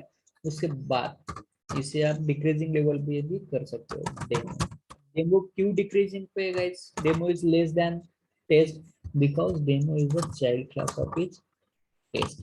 तो यहाँ पे किस लेवल का हुआ? यहाँ पे रिटर्न टाइप डिक्रीजिंग ऑर्डर, तो आप सेम रखो, नहीं तो डिक्रीजिंग ऑर्डर। अब कोवेरिएंट टाइप कब से यूज होता है? जेडीके 5 से यूज होता है। अब कोवेरिएंट में हम नॉन प्रिमिटिव डेटा टाइप से यूज करते हैं, तो प्रिमिटिव भी यूज करना है तो डिक्रीजिंग ऑर्डर करना है, राइट? सेम रखो या तो in a decreasing order return type, okay. उसे कहते हैं हम, we can say that is the covariant return type in Java programming. Then अब उसके बाद ये हाथ तो आ गए, एक्सेस मॉडिफायर का भी हो गया ओवरराइडिंग में। देन रिटर्न टाइप भी है। अब मेथड ओवरराइड क्यों करते हैं वो भी हमें पता है। यस, क्लियर हुआ गाइस आप लोगों को everything about the method overriding concept? Why, then how, what are the rules? Rules क्या होते हैं कि एक्सेस लेवल हमेशा सेम रखो या तो इंक्रीजिंग ऑर्डर। अगर रिटर्न टाइप को वेरिएंट यूज करना है तो सेम या तो in a decreasing order. Access level in increasing order and return type covariant return type is in a decreasing order guys, okay। अब देखो कि टेस्ट क्लास है ना, यहाँ हम बना देते हैं test x one more class we use for the class. यहाँ पे बनाते हैं तीन नंबर बनाते हैं। तीन टेस्ट इज एक्सटेंस ना, उससे अच्छा है यार। देखो which is the parent class of test class, अभी वो किसी को एक्सटेंड नहीं कर रहा तो object is the parent. Now यहाँ पे अगर ये ऑब्जेक्ट क्लास यूज कर देते हैं, नाउ सी गाइस, सी यहाँ पे समझ में आया गाइस, यहाँ पे अब एरर आ रही है। हमें ऑब्जेक्ट रिटर्न किसके लिए यूज किया है? वो राइडिंग मेथड के लिए यूज किया है। गेट का रिटर्न टाइप क्या यूज किया है guys? Which is return type use over there object. अब ऑब्जेक्ट क्लास वो डिक्रीजिंग या तो सेम लेवल पे आ रहा है क्या guys? Object is greater than test. अब टेस्ट का रिटर्न टाइप क्या हमने रखा है? टेस्ट रखा है। Return type of test function is a test, right. अब डेमो हम उसे ओवरराइड कर रहे हैं, तो यहाँ पे हम किस टाइप के तरीके का रिटर्न टाइप सेट कर सकते हैं? एक तो सेम रखो, टेस्ट है तो सेट टेस्ट, या तो it is in a decreasing order. Decreasing means demo is a sub class of a test, then demo हम यहाँ पे यूज कर सकते हैं। बट हमने यहाँ पे ऑब्जेक्ट क्लास, अब ऑब्जेक्ट किसकी पेरेंट क्लास है? वो टेस्ट क्लास की प्रॉपर्टी, ओके। इंक्रीजिंग ऑर्डर में हो गया ना, तो इंक्रीजिंग ऑर्डर में होगा क्या guys possible? The return type is compatible with test dot get. Compatible है क्या वो? नहीं, क्योंकि इंक्रीजिंग ऑर्डर में नहीं होगा। सेम हुक रखो या तो decreasing order. Getting this point guys? Got it? Yes, sir. Okay. Yes sir.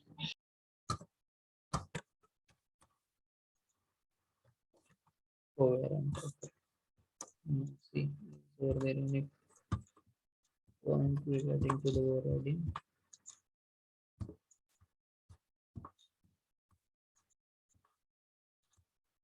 Can we override the static method and why?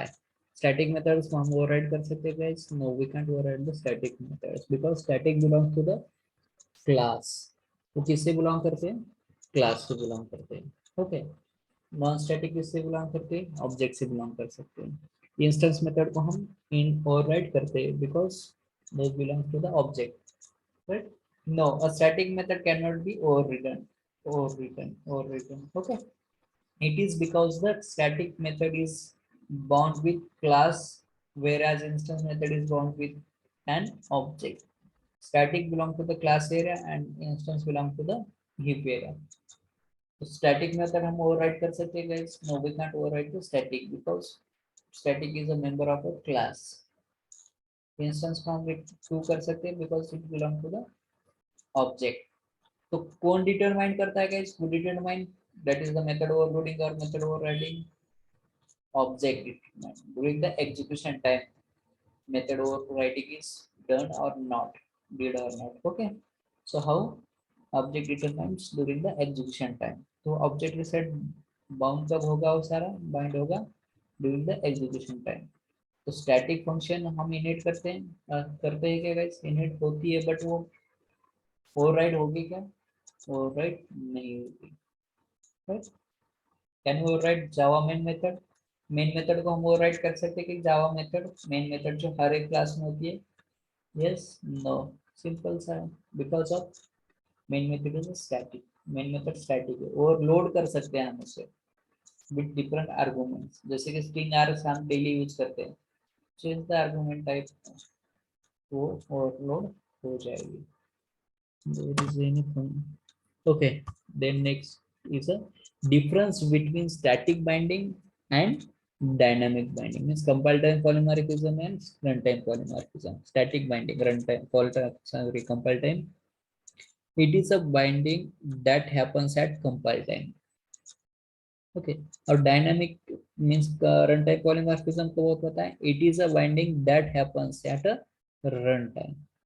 Actual object is not used for binding. Actual object is used for a binding. Okay. Third point. It is also called early binding because binding happens during compilation. Okay. It is also called late binding because binding happens at runtime. Method. Now see, guys, this is a counter question in an interview room. Okay. हमेशा interviewer है ना question करता ही है, what is the difference between method overloading and method overriding. Okay, then ये वाला question करेंगे, या तो दूसरा कौन सा क्वेश्चन होता है, what is the difference between method and constructor. Means टूप्स कंसेप्ट तक सिंपल अगर देखें हम, वो पॉलीमॉर्फिज्म के सिलेबस तक है ना, which difference is mostly used in a interview room, difference between method and constructor. Then next question होता है कि difference between a method overloading and method overriding add to the polymorphism, right. Method overloading is the best example of static binding. Method overriding is the best example of a dynamic binding. Private, static and final methods show static binding. अगर private को हम init कर सकते क्या guys, नहीं कर सकते, तो उसे ओवरराइडिंग कर सकेंगे क्या, हम नहीं कर सकते. स्टैटिक को हम ओवरराइड कर सकते हैं क्या, नहीं कर सकते. फाइनल में हम मॉडिफाई कर सकते हैं क्या, फाइनल मेथड में फाइनल डिक्लेयर कर रहे हैं मींस वो फिक्स मेथड बने, हमारी कांस्टेंट मेथड रहेंगी, तो उसका लॉजिक भी कांस्टेंट है, उसमें मॉडिफाई कर सकते हैं, नहीं कर सकते. मेथड शोज स्टैटिक बाइंडिंग, वो क्या शो करेंगे फिर, private, static and final method है, तो how to restrict method overriding, how to restrict to modify, how to restrict method overriding, हम how to prevent, हम कैसे प्रिवेंट कर सकते हैं इस method overriding, make that function as a static या तो make that function as a final, उसे प्राइवेट बना दो, स्टैटिक बना दो या तो फाइनल बना दो, तो हम उस मेथड को ओवरराइड रीमॉडिफाई नहीं कर सकते ना सब class. Okay, other than private, static and final methods show dynamic binding because they can be overridden.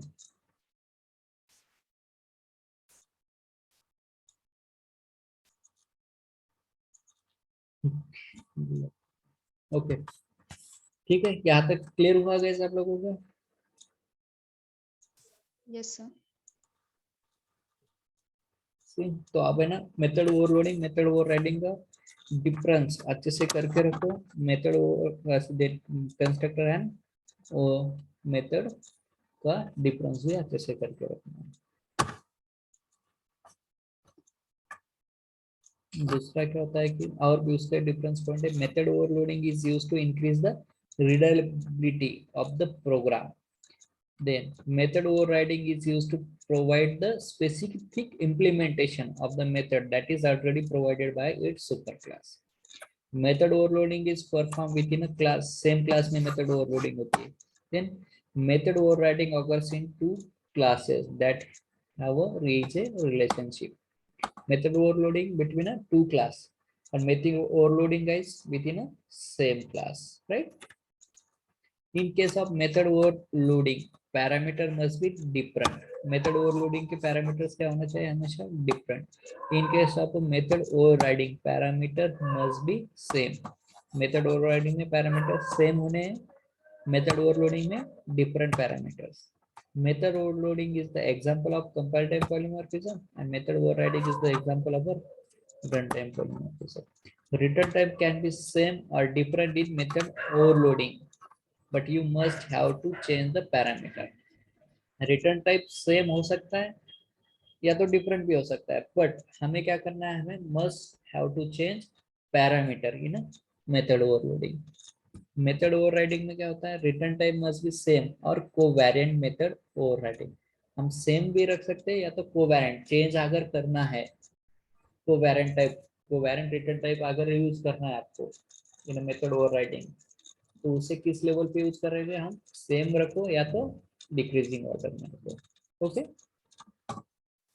Super keyword in Java. Super keyword तो हमें पता है किसके लिए यूज करते हैं. The super is used to immediate parent class instance variables and instance initialization block rules from instance initialization. Final keyword. Now see guys, final keyword किस के लिए use होता है? For where we use the final keyword. The final keyword in Java is used to restrict the user. The Java final keyword can be used in many contexts.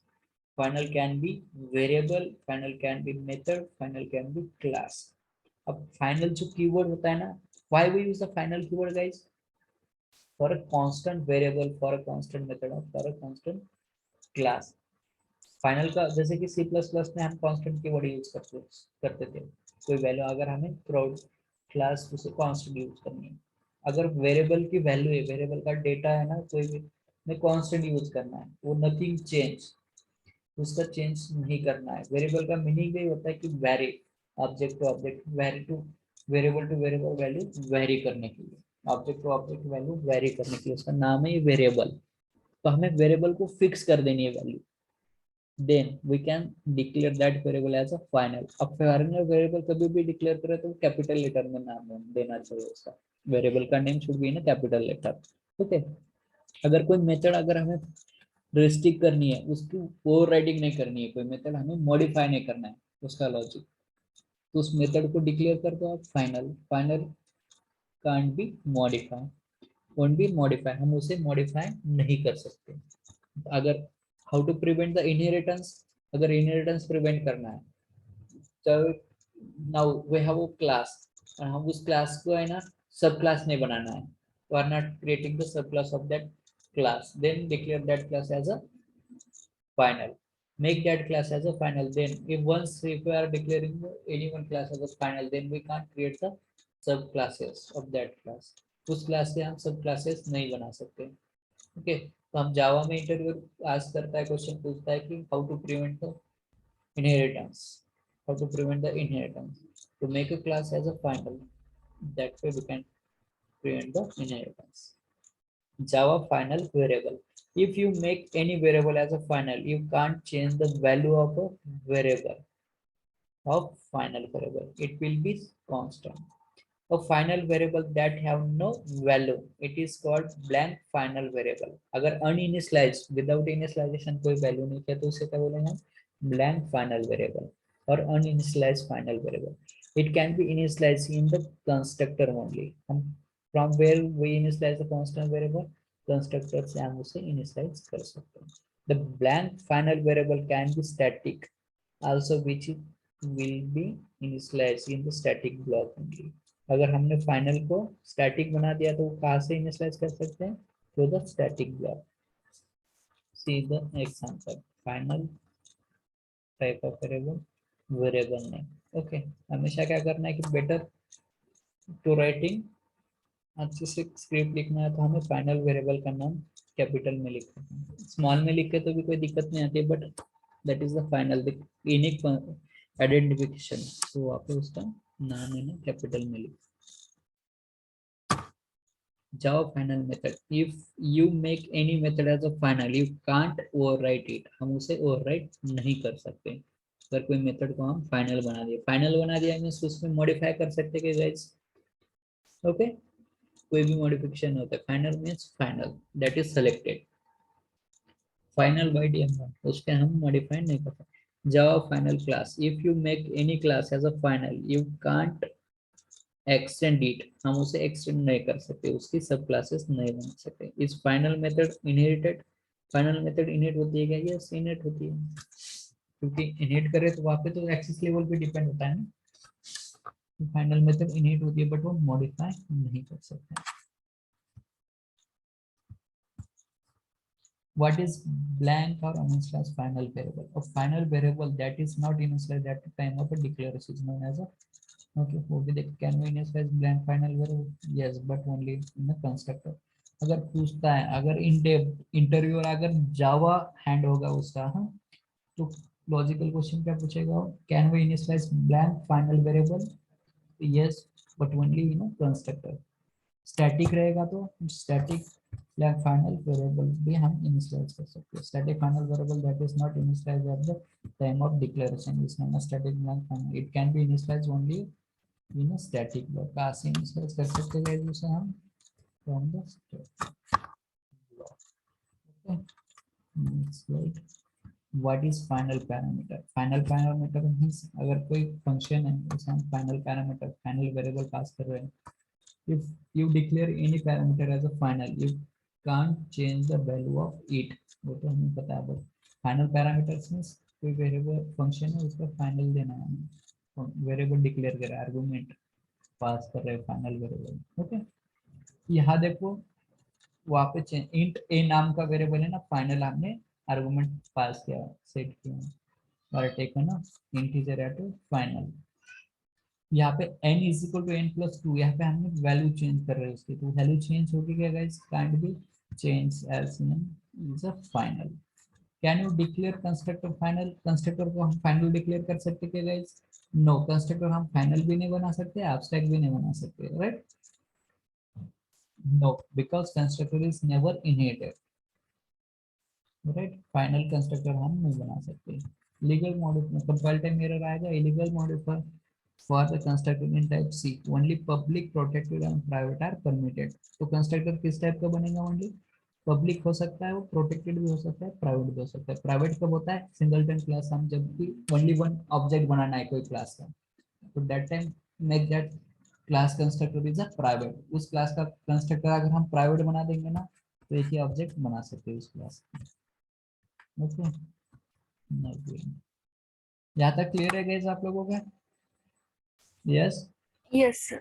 Okay. Yes, sir. Now हम Yes, sir. देखेंगे अभी कि types of reference variables, how many types of reference variable we used in our applications. तो किस type के हम reference variable create कर सकते हैं, उनका यूज क्या होता है और क्यों बनाने होते हैं हमें। ओके, जैसे कि वेरिएबल के टाइप होते हैं, 3 टाइप्स ऑफ वेरिएबल्स होते हैं। तो हाँ,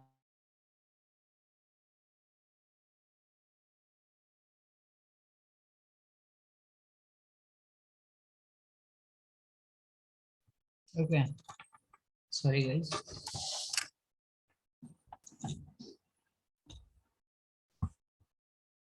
No, see guys, how can achieve the instance member in our Java programs, guys? How many ways we can access the instance member in our programs? Our program is divided into 2 areas, instance and static. So now see, tell me guys, how can access the instance member in our program, guys? How many ways we can access?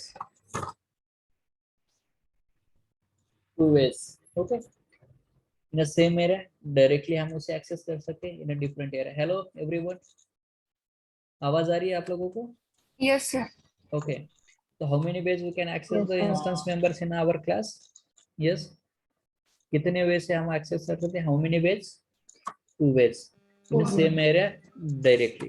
Now see, we take one instance variable a. This is the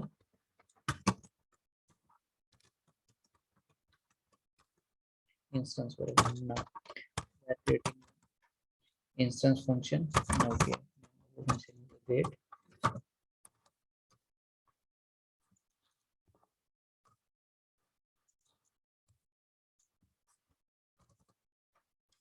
Instance non-static is also present.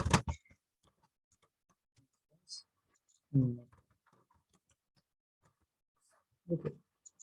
अब ये हमारी static main method क्या होती है, किस type की होती है, हमेशा उसका नेचर होता है static, because without object creation में उसका एग्जीक्यूशन होना चाहिए करके, राइट, हो सके। तो नाउ हम यहाँ पे ना S1 S2 कर दिया, सॉरी देन हमने किसे कॉल कर दिया, same area, how directly access हो गया, डायरेक्टली एक्सेस हो रहा है, यस। देन वन अनदर एक स्टैटिक फंक्शन मान लेते हैं, स्टैटिक वाइड,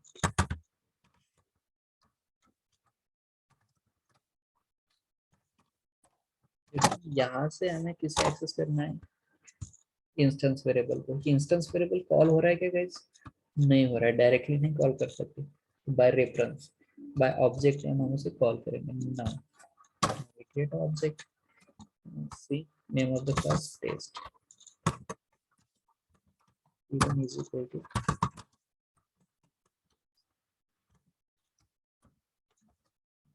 ओके। देखो यहाँ पे t1 डॉट अगर क्लिक करेंगे, यस इट इज यूज्ड, ये कॉल हो रहा है अभी, ओके हो गया। तो मुझे ना मेन मेथड में भी उसे कॉल करना है। कुछ बंदे बोलेंगे यार कि इंस्टेंस मेंबर है, हम दो वे से, दो तरीके से हम उसे एक्सेस कर सकते हैं, एक डायरेक्टली तो सेम एरिया में, दूसरा है कि by object in different area. तो नाउ यहाँ पे ना इसे एक्सेस करते हैं। अब ऑब्जेक्ट बना, हमारा ऑब्जेक्ट क्या है इसका, t1 है। तो नाउ हम यहाँ पे यूज करते हैं इसे t1 डॉट, हो रहा है क्या कॉल गाइस, यहाँ पे कंपाइलेशन एरर आ रही है, क्योंकि ऑब्जेक्ट कहाँ बना है, where we created that object within the show function. तो यहाँ पे ना एरर आ रही है, compile time error, t1 can not be resolve to a variable.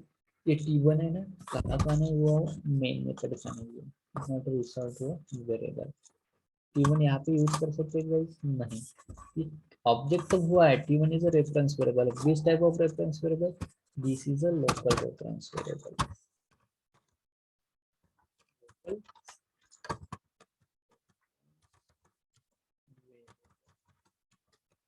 इस टाइप का रेफरेंस वेरिएबल बनाओ, local reference, this type of that variable is a local reference. Why guys, because that is created inside a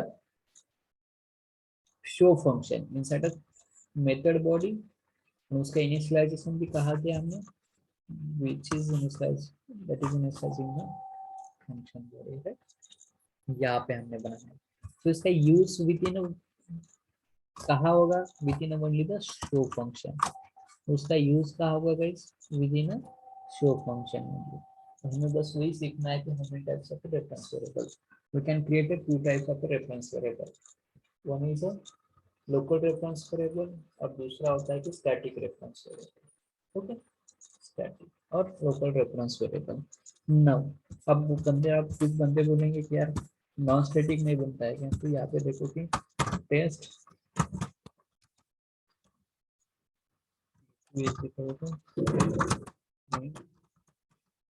अभी किस type का बन रहा है guys, अब स्टैटिक कीवर्ड नहीं है तो obviously that is the, this is the non static. अब नॉन स्टैटिक है तो यहाँ पे हम t2 के लिए t2 लगा के कॉल कर सकते हैं क्या guys, no, we can't make a non static, we can't refers to the non-static field in a static area by using it। अब यहाँ पे t2 बनाया ना, किस टाइप का बना है, नॉन स्टैटिक बना है, यहाँ पे रेफर कर सकते, can not make a static reference to the non static field. Static reference हम दे सकते हैं क्या नॉन स्टैटिक फील्ड को, नहीं यूज हो रहा।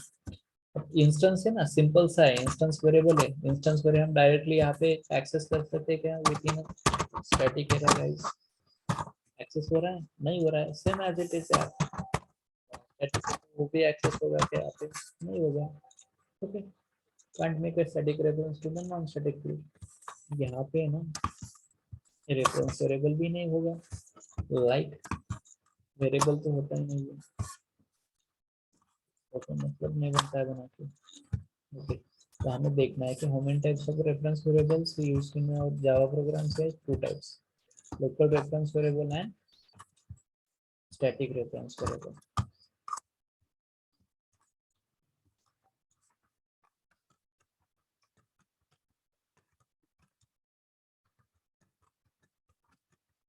रेफरेंस वेरिएबल,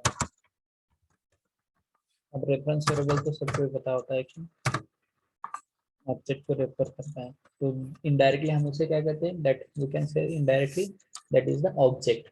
ओके, बट वो उस ऑब्जेक्ट को रेफर कर रहा होता है, मेमोरी लोकेशन उसको हो रहा है। One is a local reference variable,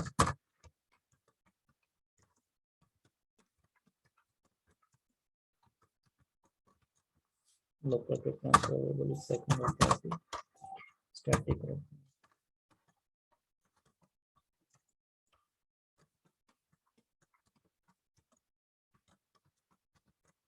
Okay, static reference variable and local reference variable.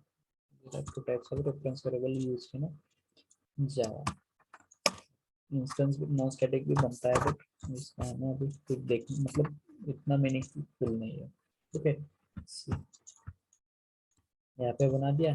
अगर आप इसे स्टैटिक बना देते हो तो बन जाएगा हमारा static reference variable. Now see this is our static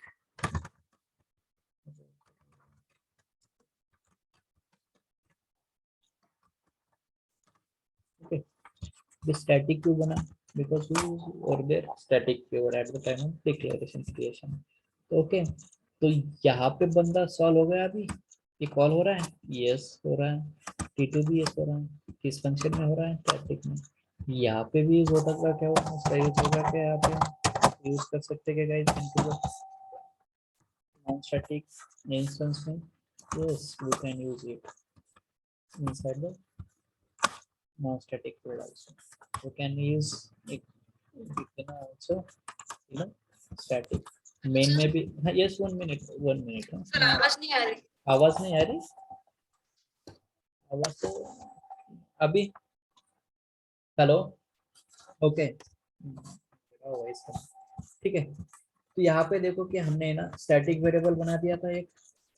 static reference variable कहाँ बनाया गया हमने, with in the class level inside the class body. Okay, हमने स्टैटिक बना दिया, ये बना हमारा स्टैटिक रेफरेंस वेरिएबल। ओके, अब स्टैटिक रेफरेंस वेरिएबल बना दिया, इसे एक्सेस कहाँ कर सकते हैं, नॉन स्टैटिक में कर सकते हैं या yes we can access it in non static, yes कर सकते हैं। स्टैटिक फील्ड में कर सकते हैं, सॉरी स्टैटिक मेथड में, यस स्टैटिक मेथड में भी हम इसे एक्सेस कर सकते हैं। उसके बाद हमें कहाँ करके देखना है इसे, यहाँ पे हो रहा है, यस मेन मेथड में भी हो रहा है। एनीवे स्टैटिक बना दिया मींस थ्रूआउट द क्लास, उस क्लास में ना वो कहीं पे भी यूज कर सकते हैं। Static is a common throughout the class, static is a common for every object. तो हर एक के लिए क्या रहेगा, कॉमन रहेगा, राइट। हम उसे यूज कर सकते हैं with in a class body. यहाँ पे अगर बना देते हैं तो हमने सीखा था कि non static variables, instance members of a class is accessed in a two ways. How many ways? Two ways. Directly in a same area. अगर non static to non static करना है, डायरेक्टली हम उसे एक्सेस कर सकते हैं। अब second way होता है by using the object name. Non static to static में यूज करना है तो बाय क्रिएटिंग द ऑब्जेक्ट। अब वो ऑब्जेक्ट अगर विद इन दैट बॉडी बना देते हैं, विद इन दैट मीन्स हमने यहाँ पे एक ऑब्जेक्ट बना दिया है, तो ये ऑब्जेक्ट बना के हम तो उसे एक्सेस कर सकते हैं। यहाँ पे A is a non static variable, हम p1 डॉट ये कर देंगे तो क्या होगा, ये एक्सेस हो रहा है, बट अब यहाँ पे मुझे ना मेन मेथड में एक्सेस करवाना है। दैट p1 डॉट हो रहा है क्या गाइस, नहीं हो रहा है, because t1 is a local reference variable which is created in a show function, which is created in a show method. तो मुझे सेम उसे यहाँ पे एक्सेस मिलेगा क्या guys, again inside a get function t1 अगर करना है तो नहीं हो रहा है। यहाँ पे भी कंपाइल टाइम एरर आ रही है, because it is not common through the class. t1 is not common through the class. उस क्लास बॉडी में ना कहीं पे भी हम उसे यूज नहीं कर सकते guys, because t1 is created in where it that is created into the show function, that is created inside the show method. Only we can use them in within the created area like a local variable. Okay, तो how many types of local sorry reference variable, दो तरीके के होते हैं। two types of local reference variable. Sorry, two types of reference variable. एक होता है local reference variable जो कि कहाँ बनता है with in a method body, अगर बन रहा है तो उसे बोलेंगे हम लोकल रेफरेंस वेरिएबल। अगर inside a class body with a static keyword बना रहे तो वो किस टाइप का रेफरेंस वेरिएबल बना हुआ गाइस हमारा, that is the static reference variable. अगर हम वंस स्टैटिक रेफरेंस वेरिएबल बना देंगे ना, वो ऑब्जेक्ट स्टैटिक ऑब्जेक्ट, तो वो है ना हर एक फंक्शन में कोई भी फंक्शन हो हमारी क्लास का वहाँ पे हम उसे एक्सेस कर सकते हैं, राइट। बस इतना ही डिफरेंस होता है कि हमें किस टाइप्स के होते हैं, दो टाइप्स के होते हैं और उनका यूज क्या होता है। अगर स्टैटिक बना दिए तो within a class body हम anywhere we can use that, means हमें ना हर एक फंक्शन में हर एक स्टैटिक में ना ऑब्जेक्ट बनाने की जरूरत नहीं होती। किसे एक्सेस करने के लिए गाइस, नॉन स्टैटिक को एक्सेस करने के लिए। जैसे कि हमने नॉन स्टैटिक वेरिएबल बना दिया है ना एक, इसे हमें कहाँ यूज करना है, स्टैटिक शो फंक्शन में यूज करना है, स्टैटिक मेन फंक्शन में यूज करना है। तो यहाँ पे स्टैटिक में यूज करना है तो हमने यहाँ पे क्या हुआ, किसकी जरूरत हुई, हमें needs to be create a object. हमें ऑब्जेक्ट बनाना पड़ा पहले और उसे यहाँ पे हमने एक्सेस किया by using that object name. Okay, अब फिर से ना मुझे कहाँ पे एक्सेस करना है, inside a main method. Main method में भी करना है तो यहाँ पे मुझे फिर से एक ऑब्जेक्ट बनाना होगा, test e3 is equal to new test. यहाँ पे एक ऑब्जेक्ट बन गया है। ऑब्जेक्ट बार बार ऑब्जेक्ट बना रहे तो क्या होगा गाइस, मेमोरी एफिशिएंट यूज होगी क्या हमारी, मोर मेमोरी यूज होगी। ओके, मेमोरी ज्यादा यूज हो रही है तो ज्यादा यूज होने से क्या होगा, स्टैक ओवरफ्लो होगा कि नहीं होगा, memory overflow means memory full हो सकती है। ओके, तो यहाँ पे देखो, यहाँ पे भी हमने ना एक ऑब्जेक्ट बना दिया नॉन स्टैटिक वेरिएबल को कॉल करने के लिए। तो दो मेथड से हमारे, we have two method, static method show and main. तो दोनों ही मेथड में हमें ऑब्जेक्ट बनाना पड़ा नॉन स्टैटिक को एक्सेस करने के लिए। तो दो दो ऑब्जेक्ट्स हो गए हमारे क्लास में। तो हमें बस एक ही ऑब्जेक्ट बना दो यार, उससे ही हम नॉन स्टैटिक फील्ड को कहीं भी एक्सेस करना है। तो उसके लिए हम किस टाइप का रेफरेंस वेरिएबल बनाएंगे टाइम गाइस, उस time we created the static reference variable. Static reference variable हम क्रिएट करेंगे। वंस अगर स्टैटिक रेफरेंस बना दिया है तो हम नॉन स्टैटिक फील्ड हो या फंक्शन हो कहीं पे भी हम एक्सेस कर सकते हैं with in that current class. उस क्लास में ना अभी शो है ना स्टैटिक है हमारी, तो यहाँ पे भी हम उसे एक्सेस कर सकते हैं bye using the t2 function, t2 reference variable, क्योंकि t2 किस टाइप का बना है हमारा, स्टैटिक रेफरेंस बना है।